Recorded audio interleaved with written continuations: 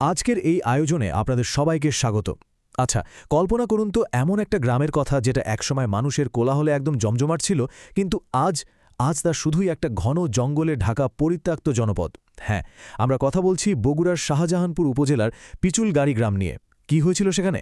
চলুন আজকের এই বিশ্লেষণে এই রহস্যের একদম গভীরে যাওয়া যাক।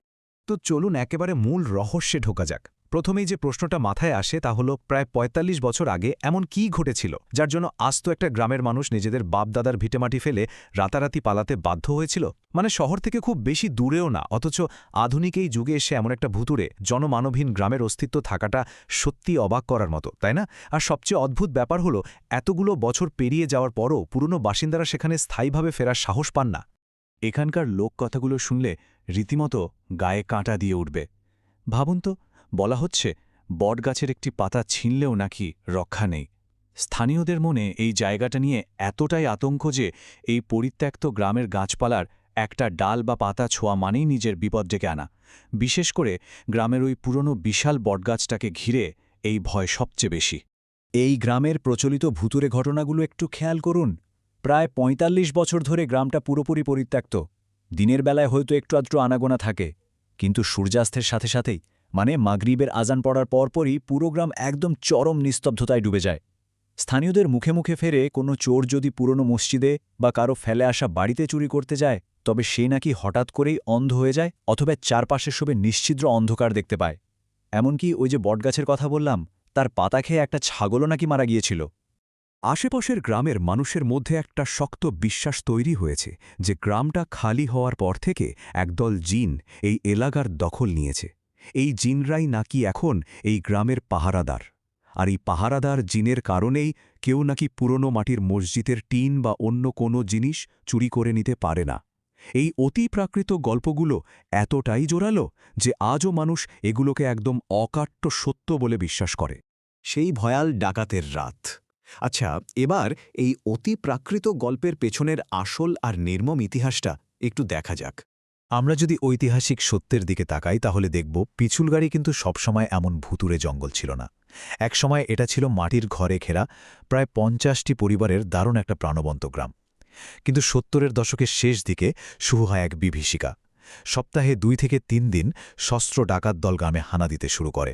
এরপর ১৯৮১ সালে ঘটে যায় এক মর্মান্তিক ঘটনা, যা পুরো গ্রামের মেরুদণ্ডটাই ভেঙে দেয়। আর সেই কারণেই আজকের এই পিছুলগাড়ি কেবলই এক ঘন জঙ্গল।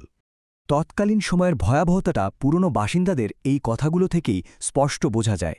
সপ্তাহে ২-৩ দিন ডাকাত আসত, আমরা কোনো কিছুই নিরাপদে রাখতে পারতাম না। একটু চিন্তা করুন অবস্থাটা কতটা ভয়ঙ্কর ছিল। তাদের হাঁস, মুরগি, গরু, ছাগল থেকে শুরু করে যাবতীয় সম্পদ ডাকাতরা নিয়মিত লুট করে নিত। রাতের বেলা তো বটেই, দিনের আলোতেও আতঙ্কের দিন কাটত গ্রামের মানুষের। এই লুটপাটের চূড়ান্ত রূপ প্রকাশ পায় কিছু নৃশংস হত্যাকাণ্ডের মধ্যে দিয়ে। ডাকাতরা শুধু সম্পদ লুটে নিয়েই থামেনি, তারা প্রাণের ওপরও আঘাত হানে। নান্নু হাজি নামের এক বয়োজ্যেষ্ঠ ব্যক্তিকে অত্যন্ত নির্মমভাবে ঢেকির পাড়ের আঘাত দিয়ে খুন করা হয়। এরপর ১৯৮১ সালে গ্রামের সবচেয়ে ধনী ব্যক্তি মফিজুদ্দিন মণ্ডলকে যখন হত্যা করা হলো, তখন গ্রামের মানুষের মনোবল একেবারে ভেঙে গুড়িয়ে যায়। স্রেফ প্রাণের ভয়ে বাধ্য হয়ে ওই ৫০টি পরিবার একসাথে নিজেদের ভিটেমাটি ফেলে অন্য গ্রামে আশ্রয় নেয়। মিথ বনাম বাস্তবতা। চলুন দেখি কিভাবে মানুষের চরম একটা ট্রমা ধীরে ধীরে ভূতের গল্পের রূপ নেয়। এই স্লাইডটা খুব চমৎকারভাবে পুরো বিষয়টা আমাদের সামনে তুলে ধরে। একদিকে আমরা দেখছি স্থানীয়দের বিশ্বাস, জিন, অভিশাপ আর সেই ভয়ঙ্কর বটগাছ, আর ঠিক তার বিপরীতেই রয়েছে ঐতিহাসিক সত্য, ডাকাতের হামলা, চরম মানসিক আঘাত এবং প্রাণের ভয়ে একটা পুরো গ্রামের গণপ্রস্থান। মানে ডাকাতের সেই বাস্তব ভয়াল স্মৃতিগুলোই হয়তো যুগের পর যুগ ধরে রূপক অর্থে জিন আর অভিশাপের গল্পে পরিণত হয়েছে। দিনের আর রাতের চিত্রটা পাশাপাশি রাখলে বিষয়টা আরও পরিষ্কার হবে। খুব মজার ব্যাপার হলো, গ্রামটা কিন্তু সবসময় অস্পৃশ্য থাকে না। দিনের আলোতে সাবেক বাসিন্দারা ঠিকই সেখানে যান, তারা ঘাস কাটেন, হাঁস পালন করেন, এমনকি পুরনো সেই মাটির মসজিদে শুক্রবার জুম্মার নামাজও পড়েন। কিন্তু রাতের বেলায় চিত্র একদম উল্টো। সূর্য ডোবার সাথে সাথেই গ্রাম পরিত্যক্ত হয়ে যায়। নিশ্ছিদ্র অন্ধকার আর জিনের ভয়ে কেউ সেখানে পা মারায় না। এই মন্তব্যটা মনস্তাত্ত্বিক দিক থেকে ভীষণ গুরুত্বপূর্ণ। দিনের বেলা কোনো ভয় নাই, কিন্তু মাগরিবের পর আমরা আর থাকি না। ভয়টা কিন্তু শুধু রাতের বেলাকে ঘিরেই। এর কারণটা যদি আমরা ইতিহাসের সাথে মেলাই তবে দেখব ডাকাতদের আক্রমণগুলো মূলত রাতের অন্ধকারেই হতো। রাতের সেই ডাকাতের ভয়াল স্মৃতি মানুষের অবচেতন মনে এমনভাবে গেঁথে আছে যে 4 দশক পরেও রাতের অন্ধকার তাদের মনে চরম আতঙ্ক তৈরি করে। ডাকাতের ওই ভয়টাই আজ অতিপ্রাকৃত ভয়ের রূপ নিয়েছে।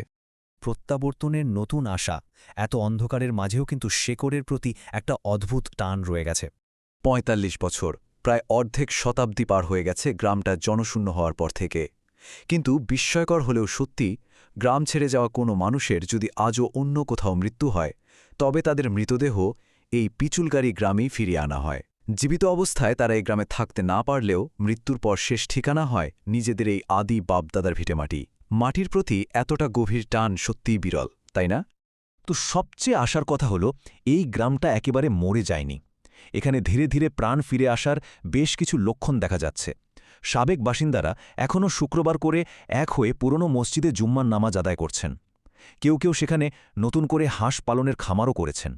নিয়মিত কৃষিকাজ আর ঘাস কাটার কাজেও তারা দিনে দিনে গ্রামটিকে ব্যবহার করছেন। এটা কিন্তু দারুণ একটা ব্যাপার। এটি অত্যন্ত আশাব্যঞ্জক একটা বার্তা। সাবেক বাসিন্দারা এখন স্পষ্টভাবেই জানাচ্ছেন যে ডাকাতের সেই আতঙ্কটা আর তাদের মাঝে নেই। এখন প্রধান বাধা হল অবকাঠামোগত উন্নয়ন। যদি সেখানে যাওয়ার জন্য সঠিক রাস্তাঘাট নির্মাণ করা হয় এবং বিদ্যুৎ নিশ্চিত করা হয়, তবে তারা আবারও নিজেদের এই আদি বাসভূমিতে ফিরে যাওয়ার স্বপ্ন দেখেন। আজকের এই আয়োজনের একেবারে শেষ পর্যায়ে এসে একটা বড় প্রশ্ন কিন্তু থেকেই যায়। একদিকে দশকের পর দশক ধরে চলে আসা অলৌকিক ভয় আর লোককথা, অন্যদিকে আধুনিক উন্নয়ন, রাস্তাঘাট আর বিদ্যুৎ কি আসলেই পিছুলো গাড়ির এই মনস্তাত্ত্বিক অভিশাপকে ভাঙতে পারবে? ইতিহাসের চরম ট্রমা আর আধুনিকতার এই লড়াইয়ে শেষ পর্যন্ত কি হয় তা হয়তো সময় বলে দেবে। আজকের মতো আমাদের এই আলোচনা এখানেই শেষ করছি। সাথে থাকার জন্য সবাইকে অসংখ্য ধন্যবাদ।